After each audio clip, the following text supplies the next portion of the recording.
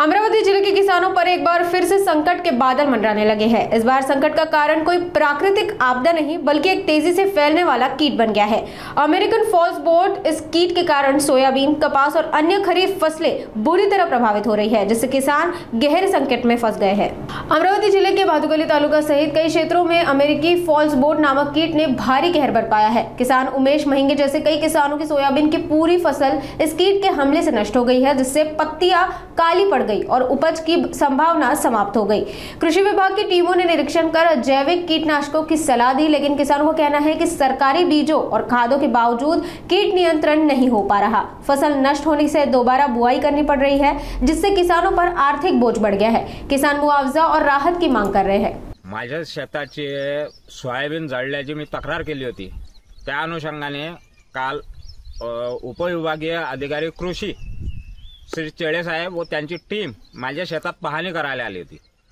मी मला शासनाने दिलेले आंबा अनुदान तत्वावर जे आंबा बियाणे दिले होते ते माझं पूर्ण 4 एकराचं क्षेत्र जळून पूर्ण सोयाबीन मरण पावलं। 100% नुकसान झालं।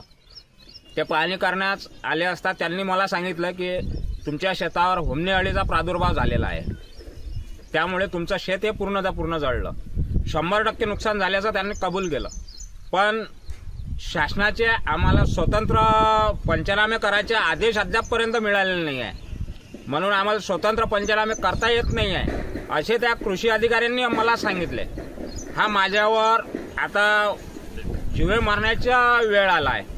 म्हणजे माझ्याकडे 5 एकर शेती आहे, 4 एकर सोयाबीन पेरलं होतं, ते पूर्ण जळून गेलं।